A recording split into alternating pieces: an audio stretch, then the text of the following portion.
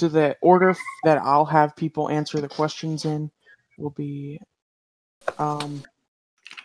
McKenna, Wonder, and then Sandoval in that order. Great, so I can be sandwiched. Starro, if you're ready to start. Yeah, we can get started. Okay. So I guess I should bring up my timer. Each candidate can have a 90-second opening statement, starting with Chief of Staff McKenna.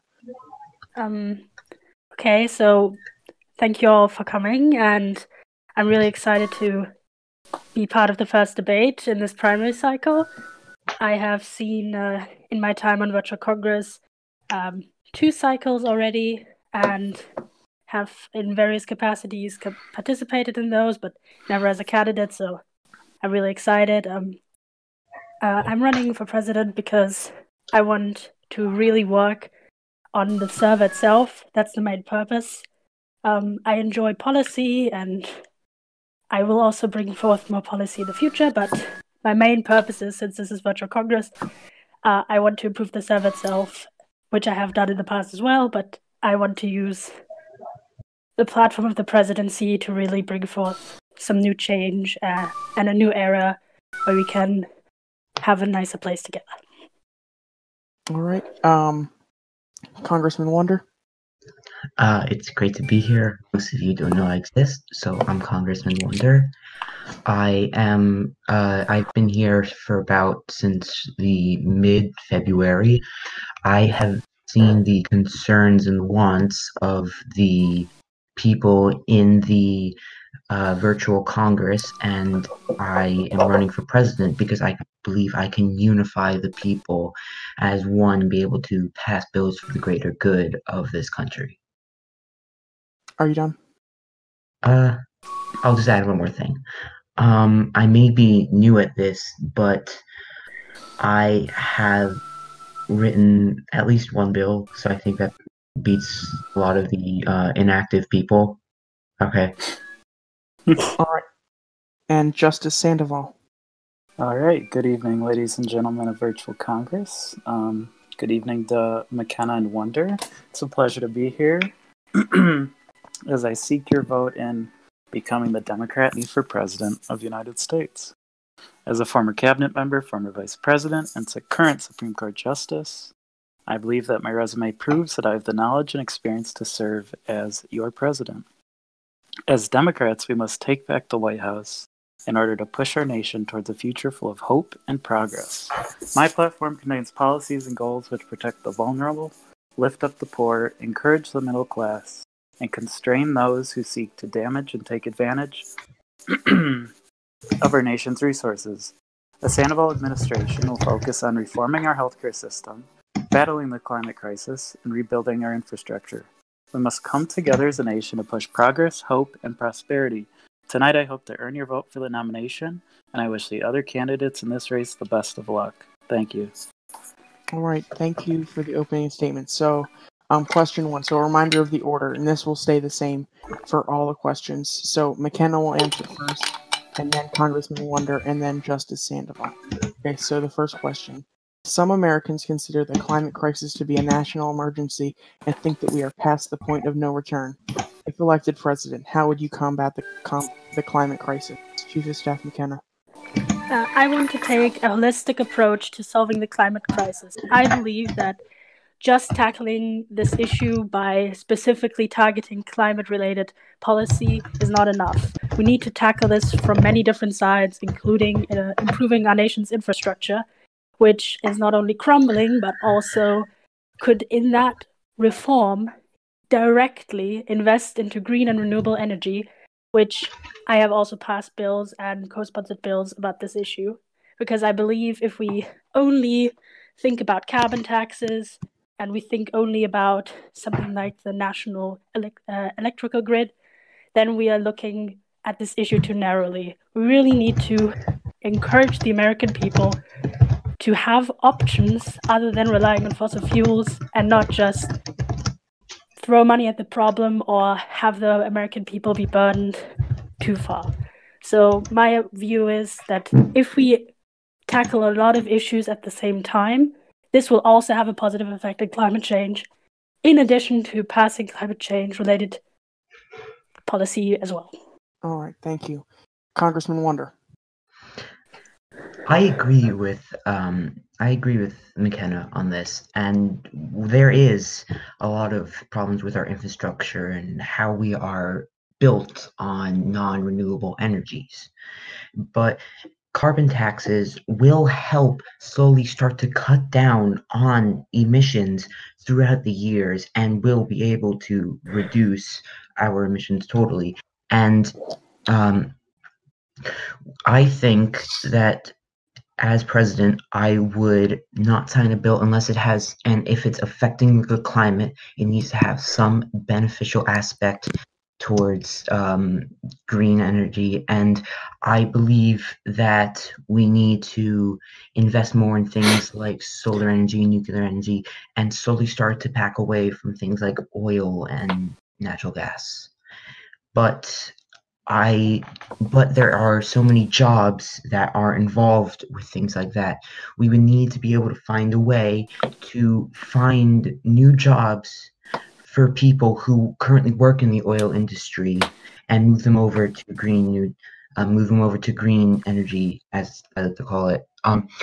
And I believe I would be able to help find them new jobs that would not destroy our infrastructure, but change it for the better. All right, thank you, Congressman. Justice Sandoval. Great. Sandoval administration would encourage the use of green energy, similar to what Wonder and Chief of Staff McKenna said, through the use of subsidies and taxation of fossil fuels. Bear with me, I'm coming down with a bad cold. As I was Secretary of the Environment under Colin when he was president, and under him I pushed for policies that pared down the use of fossil fuels. And an important note to make about carbon taxes is that they disproportionately affect the poor and middle class. So one of the policies that I pushed for and introduced to Congress was a slow increase in the carbon tax so as not to disproportionately affect the middle class. I think that's definitely an important note. I am also in support of increasing the use of nuclear fission energy while making it even cleaner and safer. I know that in real life there are some issues surrounding storage of nuclear waste and whatnot, as well as nuclear fusion, I believe to be the energy of the future. So we also must fund research into its amazing capability. And from a social standpoint, I think that it is not only my duty, but everyone's duty to be more green in their daily lives, meaning use renewable bags, eat less meat, drive a little less.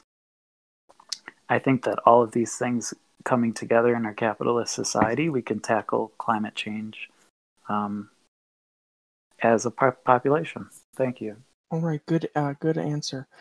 So the next question, what kind of bipartisan bills will we expect to see in your administration? Chief of Staff McKenna. I believe that two of my campaign priorities are very bipartisan and everyone would care about them, them being infrastructure and education.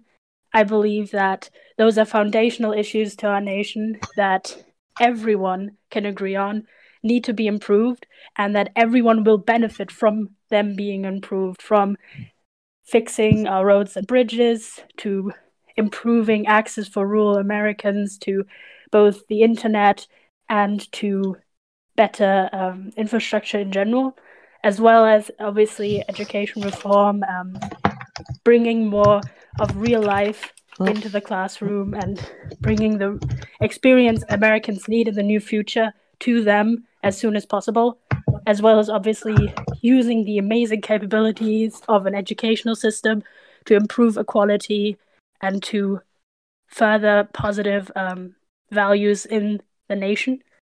So I believe those are things that everyone can agree on, and I have a long track record of co-sponsoring and working together with people from all different backgrounds and different parties on Virtual Congress to further the nation in a way that I think everyone can agree on are very important, including the 2 priorities I've mentioned. All right. Congressman Wonder. Can you repeat the question? Because that was a lot of talking. What kind of bipartisan bills will we expect to see in your administration? Mostly bipartisan bills I would expect to see would definitely be stuff with mental health and, of course, infrastructure. Those 2 things are single-handedly very important to the United States of America. Mental health has rapidly affected us and has caused quite a lot of problems involving school shootings and other shootings. And nearly, I believe, around 61 million people have been affected with mental health.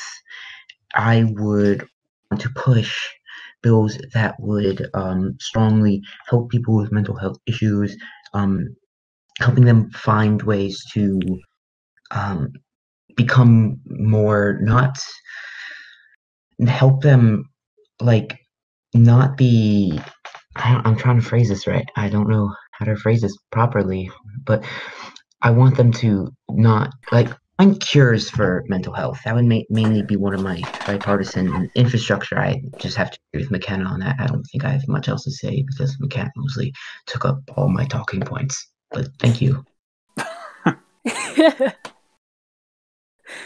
Glad we can all agree on something.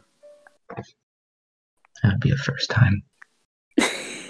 All right, I think it's my turn, so I'm going to go ahead. I understood the question. I wrote it down. I think the question at the heart of the question is bipartisanship. And ultimately, at the end of the day, I hope to see every bill as a bipartisan bill. I believe that most everything I hope to accomplish is a critical issue that demands the attention of every single person, no matter the party they're a member of.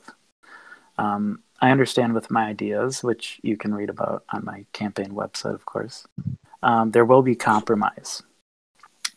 And I think people need to keep that in mind, that my goals are just that.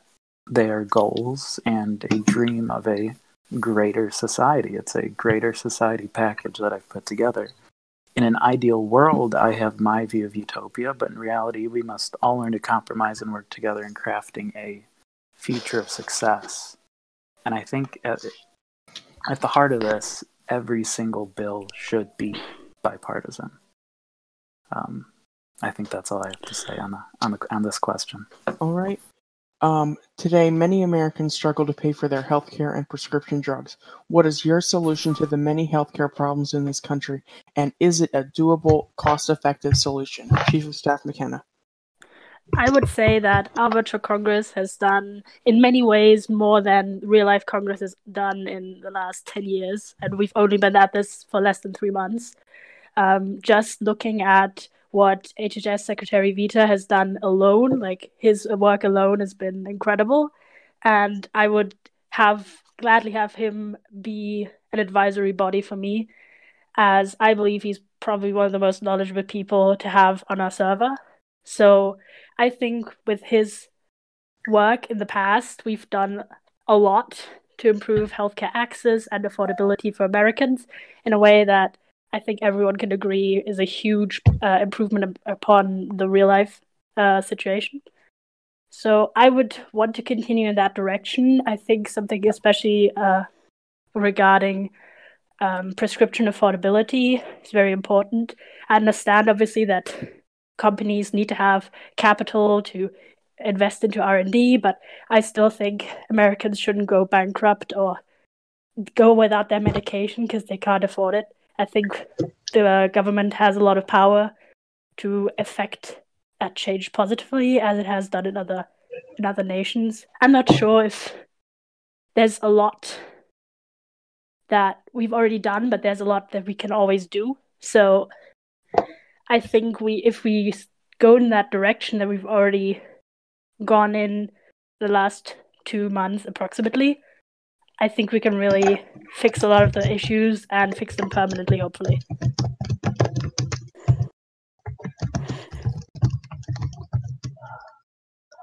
Oops. I forgot I was muted. Congressman Wonder. Wait, what? So here's the thing. Nearly 58 million American adults can't afford their prescription drugs. Now, what I am proposing here is that we do not raise the taxes on middle and lower classes. They are working very hard to make every dollar that they have. But the top 0.1% of all people who are currently just extremely wealthy and could probably pay just even with a small amount that they would give to pay for those 58 million Americans. What I'm saying here is I would propose a small wealth tax on the very wealthy, and I think that would, I'm sure Sandful is going to respond to that in such a kind way, but it will have help pay for the 58 million American people who can't afford those prescription drugs. What I also want to do is establish Medicare for all who want it. Medicare for all who want it. That there is 185 million people who currently have private insurance. And I don't feel it's right that we should take that away from them for the other millions of Americans who want it for all.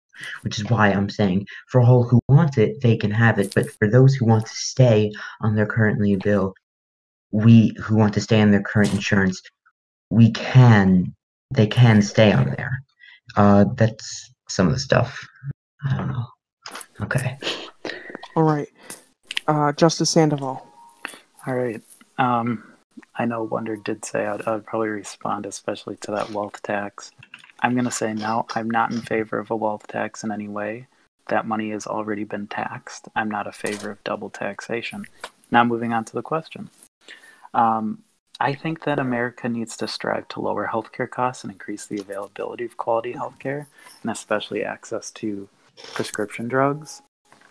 My solution, get this, is to increase coverage under Medicare so that the majority of Americans can enjoy access to good quality healthcare. Medicare for all. This solution will not only bring down cost as we stabilize the market under a standard program, but will lead to better health practices of the general population. The average American would have less severe health issues later in life as they receive access to preventative measures, a yearly physical, diagnostic tests, the stuff that I'm sure all of us are used to each year.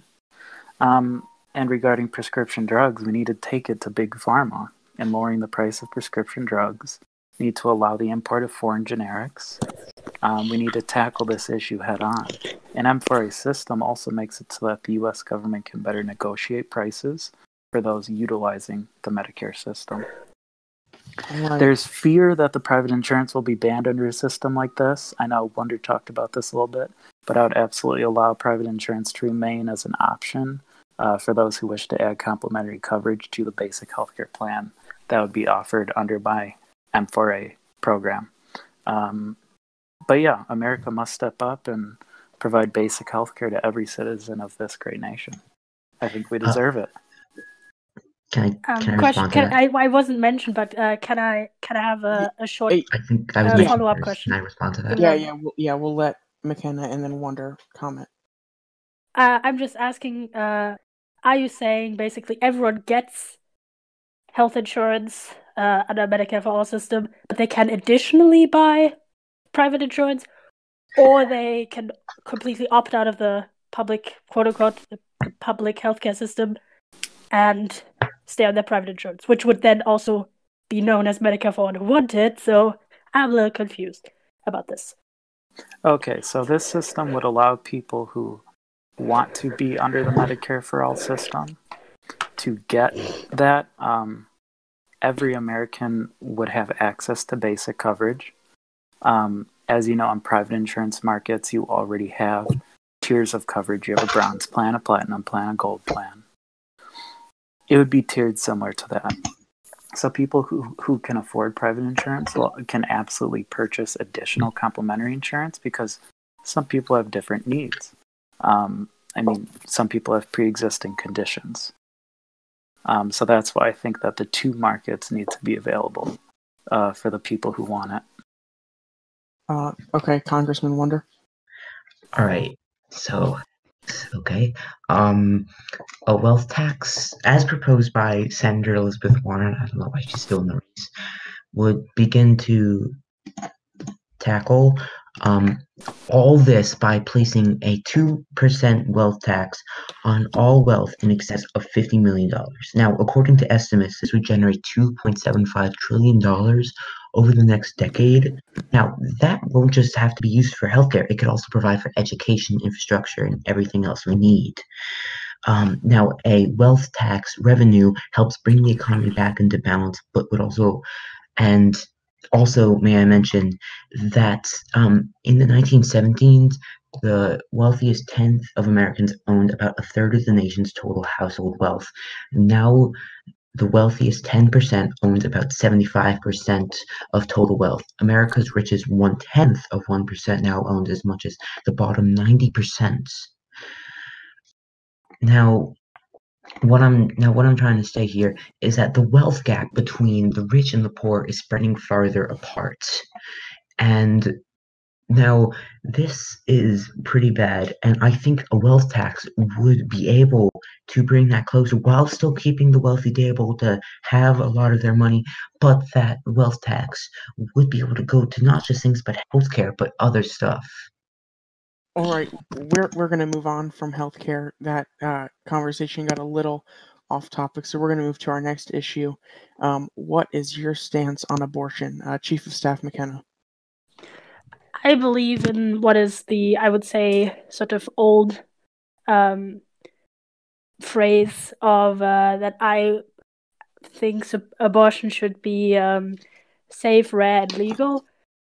Personally, I have a different ethic, obviously, but I believe people should have the choice to access this reproductive health option. But I'm also in support of what was recently passed in VC of having a cutoff. I believe personally that, as someone who has spent some time really digging into this issue on a very intellectual but also emotional basis, I just can't support it to be sort of endless in the distance. Of course, a lot of the stuff is right-wing fear-mongering, but just on an emotional and human level and on an ethical level and on some way in a faith level, I just can't go beyond that about 20-week cutoff. I believe everyone should have better access to reproductive health in general and improve childcare options and support for families and the nation so that desperate people don't have to resort to abortions because they're poor or they don't have access to childcare. So I believe if we tackle this issue from a lot of angles, people don't really need to rely on abortions as much. So that's my thought process on this. All right, Congressman Wonder. So are you for it or are you against it, McKenna? I see the nuance in this issue. Again, for me personally, I wouldn't do it, but I'm not going to just prescribe my worldview upon other people. I think I'm more, how to say this?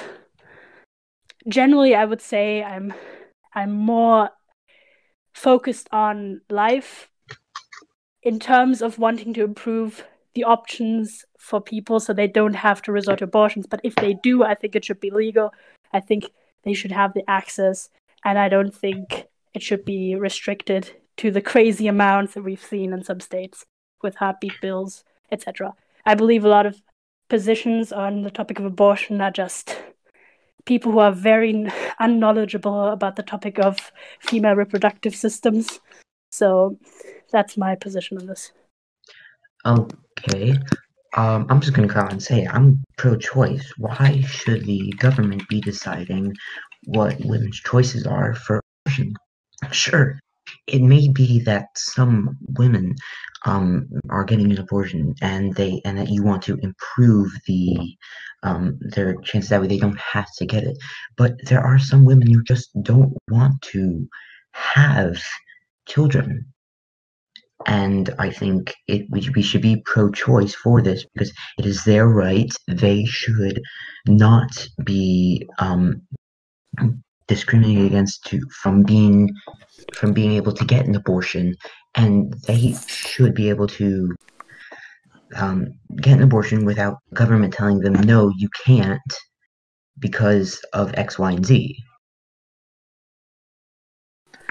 Right. I'm gonna say that's not what I got from McKenna's answer. I think he and I have similar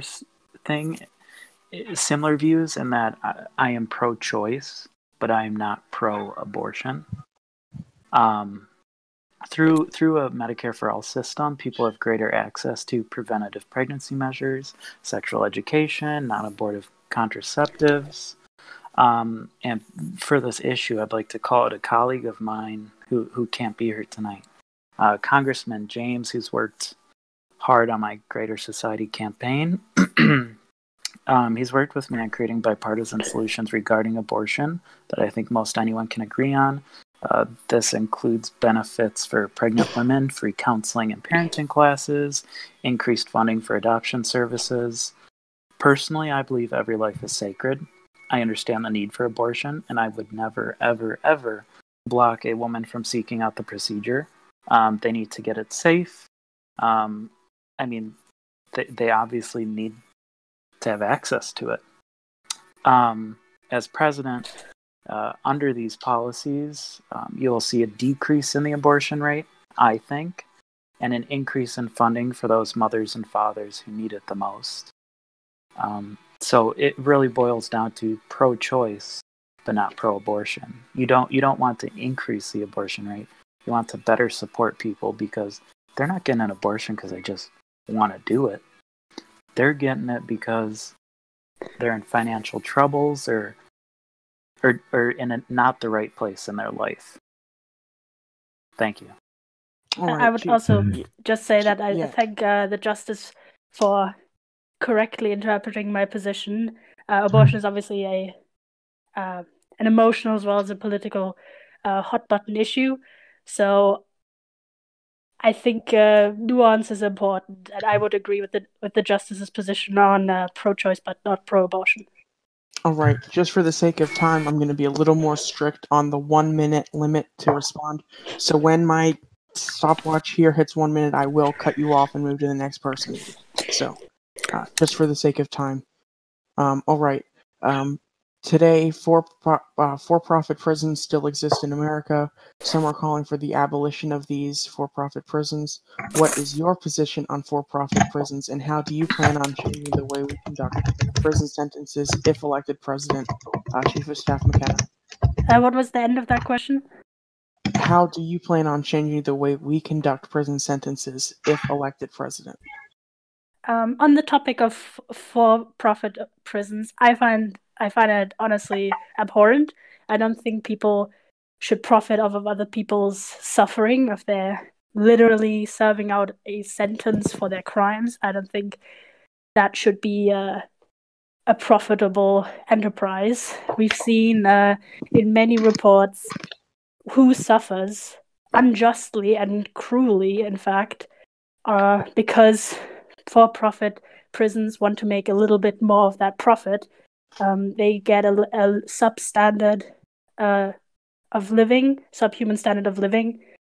They might be forced to work to survive, which is just, in my opinion, not only against the constitutional rights of humanity, but also just plain wrong on a morale level. So I would continue to limit that access, that if possible, prohibit this, so that no one has to suffer even more in prison. The reason why people go to prison is because restriction from freedom is their punishment, not because getting fed moldy, expired food and living in abhorrent living conditions is the punishment. Mr. Chief of Staff, your time is up. Congressman Wonder? No, I have to agree with McKenna on this. This is actually, yeah, I agree. Yeah, that's all I'm going to say. But about sentences, I feel we are giving crazy amount of sentences when we should be focusing on rehabilitation and not just a lifelong sentence of the same repetition of being in a prison for a long time in your life. We have the highest incarceration rates, and we have the highest rate of people going back to prison for a second, third, fourth time, even after being there the first time. The same people. And I think we need to lessen sentences and create more opportunities for people so that way they don't even have to end up in prison. It is crucial that we change how our prisons work to be able to achieve not the same people going back to prison over and over and over and nothing changing. All right. Justice Sandoval.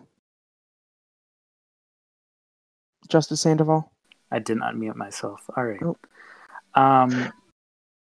The question is about for-profit prisons, correct? Yeah, for-profit prisons and prison sentences. Okay, great. If you go to my website, you're actually going to see something referring to the Prison Bill of Rights. In my opinion, for-profit prisons have no place in a civilized society. In my Prison Bill of Rights, you'll see things that include the abolition of for-profit prisons, mandatory minimum sentencing, and three strikes laws, such as the one in California. I think as a society we need to strive to be greater than ever before, and that doesn't include punitively punishing people, especially nonviolent offenders. And I would agree with both Chief of Staff McKenna and Congressman Wonder that it needs to be about rehabilitation. That's what's going to make our society great and freer. For-profit prisons, they encourage heavier sentencing as the owners and shareholders of these companies lobby the government and judges for longer sentences. Now, how does that make sense? Justice should not be affected by a profit motive. Okay. Our next question here. How is your tax proposal going to help middle-class families? Chief of Staff McKenna. I would say that there's some great proposals that have been put forward by certain members of Congress. For example, Kate Holbrook, who's been essentially the tax expert. And I would say that in terms of taxes, I would defer to some people who have more knowledge of the tax system than myself. I am not running to be the person who knows it all, who has the best plan, the best idea for everything. I'm running because I'm looking to bring in the most knowledgeable people on the issues into the government and tackle the issues by having their expertise shine.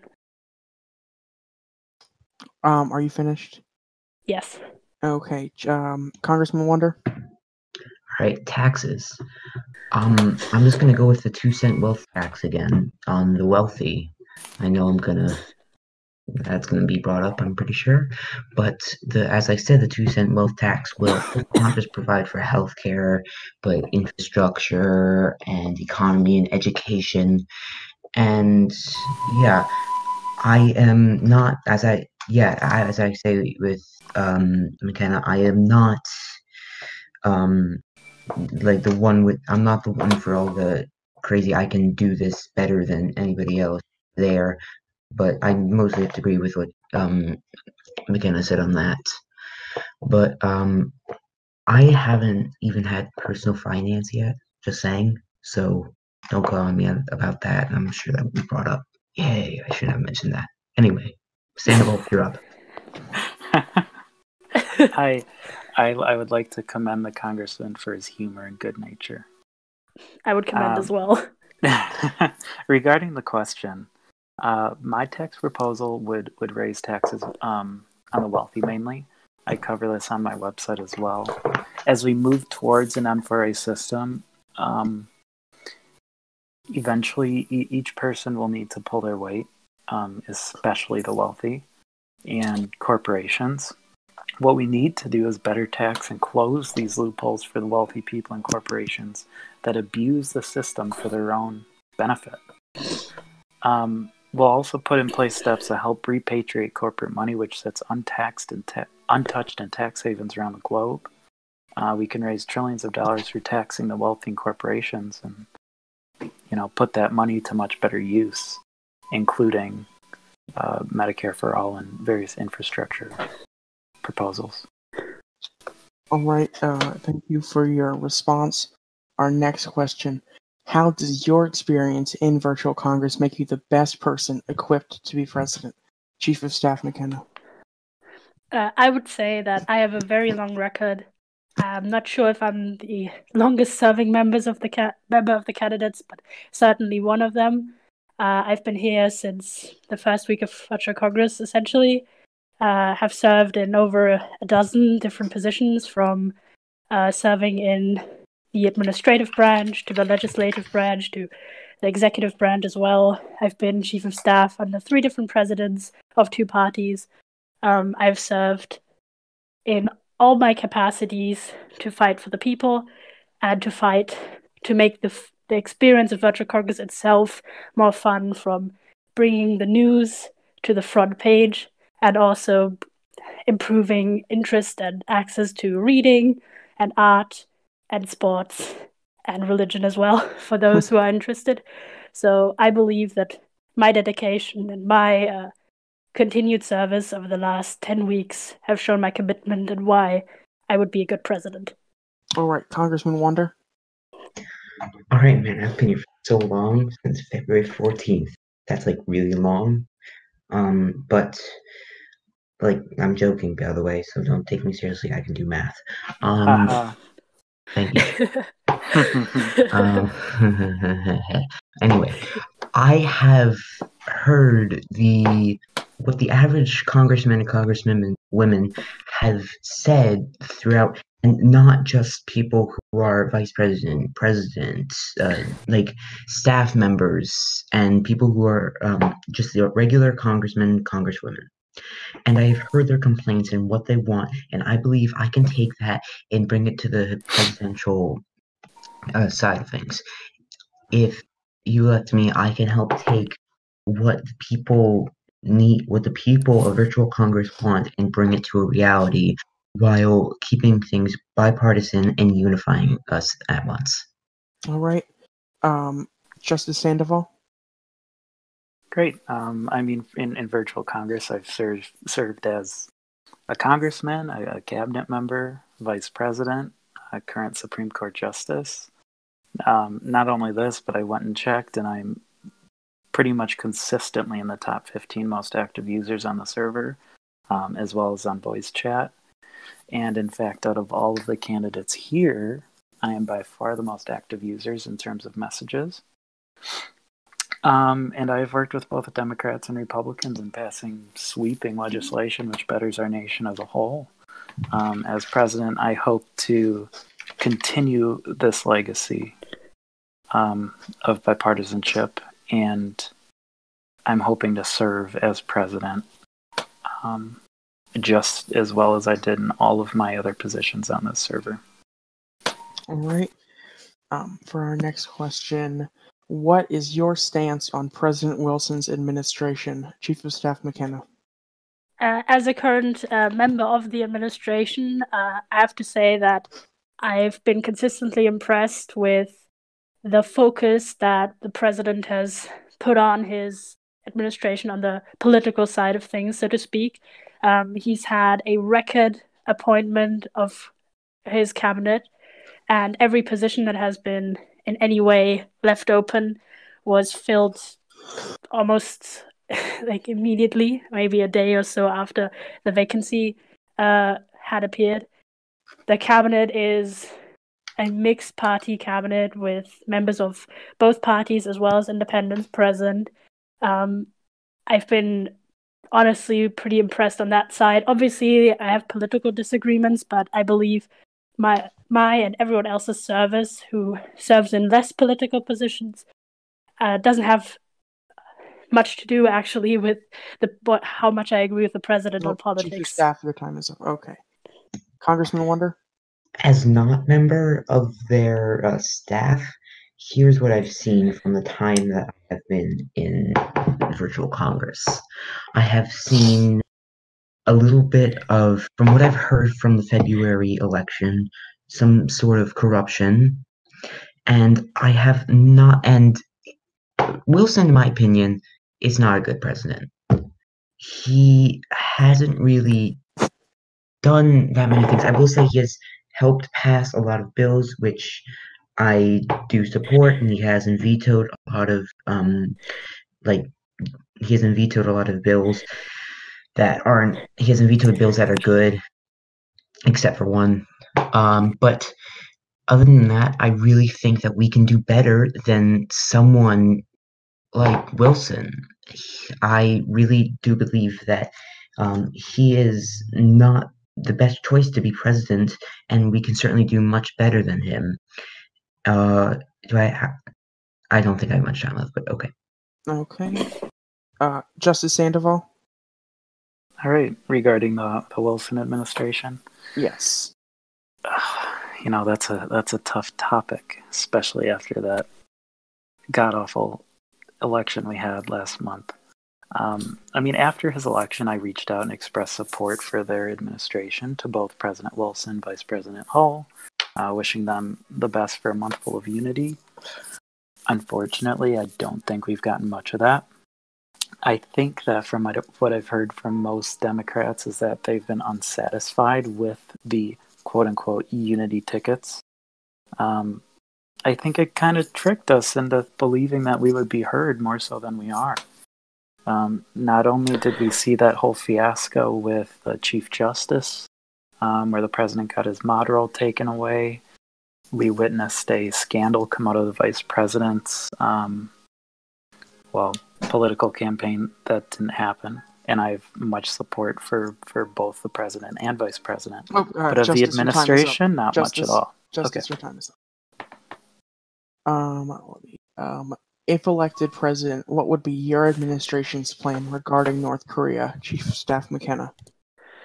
I believe that North Korea is a big threat to the entire world, essentially. And I have to say there's not much, if anything, that I agree with the real-life Trump administration, but I thought some of the elements of the approach to North Korea were at least a good start, because I believe just wishing it away and ignoring them and continuously underestimating them is not going to be a good long-term strategy. So I believe in a constructive way, obviously, reaching out and trying to improve the situation with North and South Korea in general, but also obviously try to reach a state of nuclear disarmament is something that my administration and any administration should strive for. All right, Congressman Wonder. All right, that was good. I like that. But I definitely do agree with the meeting and not just wishing them away. I completely agree with that. We have tried several approaches over the past 20 years, and we have not succeeded. North Korea is a country that is consistently stayed the same, and there is not. I'm sorry, there's like the chat. I'm gonna just go to a different chat. Hold on, I'm getting distracted by that. But North Korea is a very dangerous country and is being significantly and the sanctions are not helping. We need to lessen up on the sanctions and move towards denuclearization and move to make them a country that will not be an enemy of the United States in the next 10, 20, 30, 40 years. Justice Sandoval. Great question for whoever created this, because I think North Korea is a hot topic nowadays. As president, I would be tough on North Korea. But we also need to encourage peace talks and peace accords. I would absolutely meet with the leader of North Korea if need be, but we need to keep in mind that they are a rogue nation. We need to sanction them economically, maybe more so than we already do. We need to be tough on them when they test these missiles. And first and foremost, we need to have these missile defense systems in place in the region to keep our allies and ourselves safe from any harm. So I think the biggest threat is nuclear disarmament. I would agree with both the Chief of Staff and the Congressman that we need to make sure that this rogue nation does not have access to weapons of mass destruction. All right. Voting rights is a hot-button issue in America today. If elected president, what policies will you advocate for to help make sure that every eligible American can cast their ballot to vote? Chief of Staff McKenna. I would say that I can bring some personal experience as someone who has experience with a different voting system. So I'm in favor of automatic voter registration. I'm in favor of making either election day a holiday or putting elections on days that are already holidays or weekends. I'm in favor of expanding access of voting locations so that every American is not prohibited by something like access to public transport or a car to exercise their constitutional right to vote. I'm very passionate about access to voting, and I believe that it is vital to the health of a nation and the long-term prosperity of the American people to have the easiest access to voting as possible. Are you finished? Yes. All right. Congressman Wonder? I am completely agree with that, with what McKenna said. And I would also like to add that I would expand hours for voting.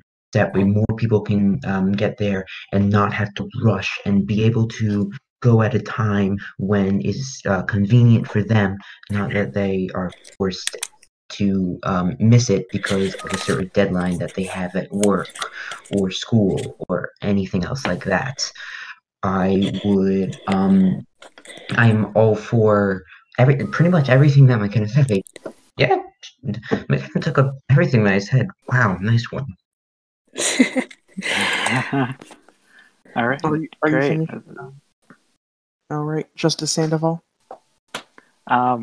Well, I believe that everyone should vote. They shouldn't be stopped from voting. I would like to point out that our moderator here, Congressman Bowe, already made Democracy Day a thing in the server, so I'd like to applaud him and those who voted in favor of the bill. I think that from the Republican side, there's been a push for federal ID, and I think that if push came to shove, I would have to ensure that the federal government provides voter ID free of charge. Now, I know... Oh, there's a mosquito by me. Okay. I know that in this server you have a lot of people who consider ID to be a poll tax. In my opinion, I do too. It costs time and money to get an ID. So we really need to work on bipartisan solutions to make sure that every single person in this great nation can exercise their right to vote. All right. Do you have a plan to assist Palestine and finally resolve the Israel-Palestine relations? Chief of Staff McKenna. I would say that although I believe there's a great deal that the United States can do in helping finally find a solution for the Israel-Palestine conflict, but I believe that the strongest focus of America should be on America. I believe that it's been decades and no permanent or probable solution has been found.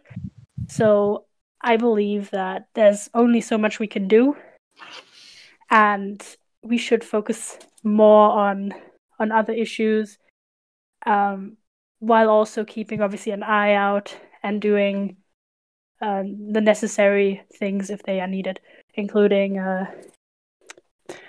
providing security, etc. But again, I'm for less intervention in the world, not more. All right, Congressman Wonder. Oh, sorry, I was muted. Well, so here's the thing. A lot of the main fighting is Jerusalem, and I am for Jerusalem becoming its own country. I think that would settle a lot of disputes between land there and would stop a lot of the fighting there. And the is now. God, I'm having a headache right now. So, you know what? I think I stated most of the stuff I want to say. I'm just gonna breathe for a minute. All right, Justice Sandoval. When it comes down to Israel and Palestine, I recognize that Israel is an important ally of ours in the Middle East. So I am in favor of a two-state solution, one that brings peace to the region, as difficult as that may seem at the moment. I think we need to work with the government of both nations to ensure that the fighting stops, that the deaths stop. I would like to question Congressman Wonder. Does he really believe that Jerusalem should be a self-governing city-state? Congressman Wonder, you are name dropped, so you have... Oh, so I can respond to that. Okay. Yeah. Yeah, I do believe. Yeah. Interesting. I haven't heard that in the mainstream as being a solution, but I'll definitely look that up and read more about it after this debate. All right. Corruption and shady dealings is a problem we had in the last election. Would you nominate someone to your administration that has shown a record of corruption, but you believe that person is right for the job you want them to serve? Chief of Staff McKenna. It depends. Can the question be elaborated? Is this corruption proven? Is it just allegations? What sort of corruption? We'll say it's proven corruption.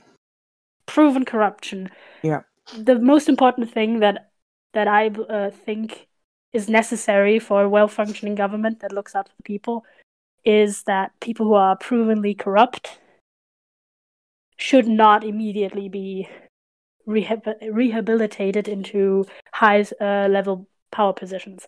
I believe in second chances, and again, I do believe in rehabilitation. So if someone has, let's say, committed an act of corruption and have served their time and have shown remorse and have served in lesser positions, which in VC terms would be congressman or congresswoman or congressperson, I believe there's a shot for them. I'm not going to cut off a chance of rehabilitation, but if it's a recent offense, the person shows no remorse and they haven't served their sentence, I would not. All right. Congressman Wonder. So that's a difficult question. It's a good question. Actually, it's tough. It's good. So let's going off the basis that they are proven. Corruption is a very serious thing throughout the United States. And if they are a good candidate that has done a lot of good things, but it would have to, for me, it really have to depend on the corruption level. If they did like a corruption to the fullest level, that would be like, then I would not choose them. But if it was small scale, I would definitely consider choosing them. I'm not sure if I would fully, but I would definitely consider. All right. Justice Sandoval. All right, great question. I think especially after this past election, maybe Congressman Wonder wasn't here for it, but definitely Gabe was. We've seen a lot of shady dealings in the past. Even in this election, I know that I've been contacted. I've been targeted by spies from other campaigns. We've had leaks of bad behavior in other candidates' campaign servers, allegations of admin abuse from a campaign server, in which an advisor seek to, quote-unquote, undermine an independent straw poll put out by the DNC. And I've reached out to this candidate, and I assured them that I am running a clean campaign. I hope they do from now on as well. And I think we can all move forward as a party. Now, I will pledge right now that absolutely no corruption will ever take place in a Sandoval administration. Anyone who is provably corrupt will not be in my cabinet, will not be nominated by me for a position, and will not be allowed to work with me on any legislation. I do not condone corruption, and I just wouldn't do it. Thank you. You're welcome. I'm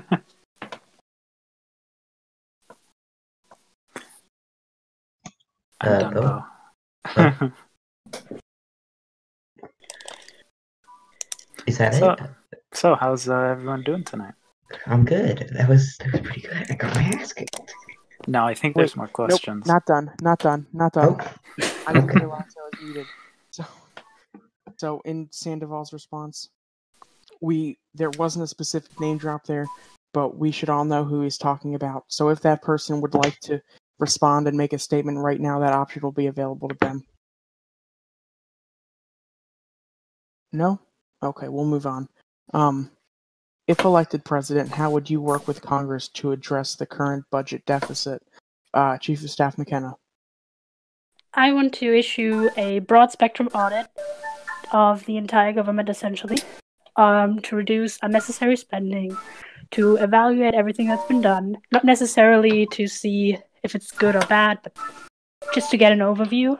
And I believe in reducing spending, and I consider the amount of tax raises and also cuts in the military that we've done have been great steps in reducing our deficit and improving the financial health of our nation. All right, Congressman Wonder. A lot of the bills that we're putting out are showing big numbers to be used in their bills, and I'm starting to realize now the full aspect of how virtual Congress is going with the budget deficit. Our budget deficit is getting bigger and bigger and bigger, and we need to start decreasing it so we aren't in debt forever. I think I would work with Congress to come up with certain bills that would decrease spending while still being able to provide for the American people without affecting many things. All right, yeah. All right, Justice Sandoval. Great. Can you repeat the question? Yeah, of course. If elected president, how will you work with Congress to address the current budget deficit? I think what it comes down to is we need to pare down unnecessary spending on overseas engagements, wasteful military programs, ballooning federal budgets for departments that probably shouldn't exist. As president, I would task the budget office with finding spending to cut that negatively affects our bottom line and doesn't line up with my vision. And it comes down to how are we going to maximize tax income? That goes to improving the economy, because then we'll have more money to tax, more money coming in. And I understand that some of my proposals are going to be costly. I'm going to put out plans that we are able to accomplish. There'll be bipartisan plans that we will be able to accomplish. Did I say that we'll be able to accomplish them? And I think that balancing the budget and dealing with the deficit is absolutely a huge thing that we need to cover. And that's going to come down to spending. We need to see what's going to stay and what's going to go. Thank you. All right. LGBTQ plus rights are an issue of high importance to many Americans. How will you help advocate for LGBTQ plus rights if elected president? Chief of Staff McKenna. LGBTQ rights are one of my goalposts in my campaign. I care very much about them as someone who's LGBT themselves, as well as has close family who is LGBT as well. I care a lot about the equity and the equality and the access to representation and a good quality of life for the American people who are LGBTQ+. I want to improve a lot of the inequality going on in the United States. The fact that there are a lot of places where people can be fired or denied housing solely on the basis that they're LGBT is unconscionable, as well as the discrimination going on against intersex Americans. I want to defeat the inequality and make the American people see the worth, the value, and especially the belonging of LGBTQ Americans. All right. Congressman Wonder.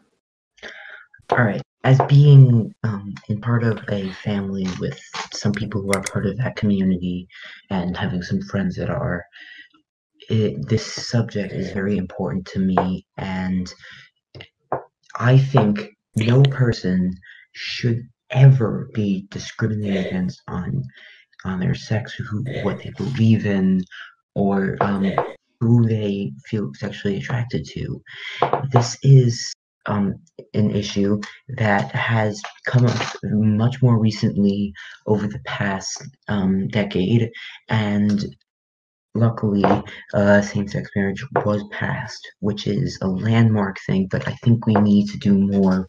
We need to prevent inequality, as McKenna said, and the equality. There should be no difference in